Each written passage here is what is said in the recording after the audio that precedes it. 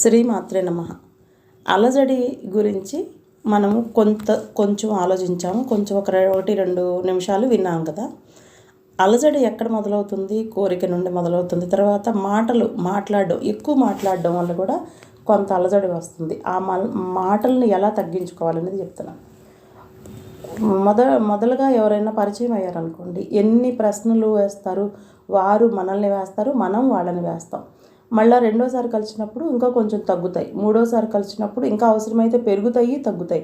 ఈ విధంగా కొన్ని రోజులు అయిపోయాక ఏమవుతుంది, మౌనంతోనే సంభాషణ కొనసాగుతుంది. అప్పుడు ఈ మౌనంతో సంభాషణ ఎలాగా కొనసాగాలంటే వ్యతిరేక భావం ఉండకూడదు.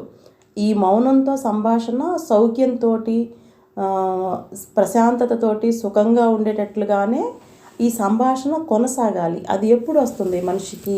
ఒకటి తెలుసుకున్నప్పుడు, అక్కడ ఉన్న పరిస్థితిని వాళ్ళ గురించి తెలుసుకున్నప్పుడు. అంటే ఇప్పుడు మనం చెప్పవచ్చేది ఏంటంటే, ముందర ఈ మౌనం అనేది ఒక విషయాన్ని గురించి పూర్తిగా తెలుసుకున్నప్పుడు, అంటే అప్పుడే ఉండగలుగుతారు. అంత తెలియకుండా ఉండాలంటే అది జరగని పని. వాక్ ఎప్పుడు కూడా మౌనంతో లీనమైపోయింది. వాక్కు మౌనంతో ఉద్భవించింది, మౌనంలోనే లీనమైపోయింది. మనకి భాష మీద అధికారం ఉందని అనుకుంటాం. నిజానికి భాషకే మన మీద అధికారం ఉంది. మనమేమి అనబోతున్నాము అనేసిన తర్వాత కానీ దానికి తెలియదు. ఒక్కోసారి మనం అనుకున్న మాటలకు మనమే ఆశ్చర్యపోతుంటాం. కాబట్టి ఏమంటే, మనం వీలున్నంత వరకు తెలుసుకొని మౌనంగా సుఖంగా ఉండడానికి తెలుసుకోవాలి. ఏం తెలుసుకోవాలి? నీకు ఏం కావాలో తెలుసుకోవాలి. దాని గురించి మౌనంగా ఆలోచించాలి. ఆలోచించటం వల్ల కొన్ని రోజులకి దానికి సంబంధించిన అన్ని రకాల విషయాలు అర్థమవుతాయి. ఆ అర్థమైన తర్వాత మౌనంగా ఉండగలుగుతావు.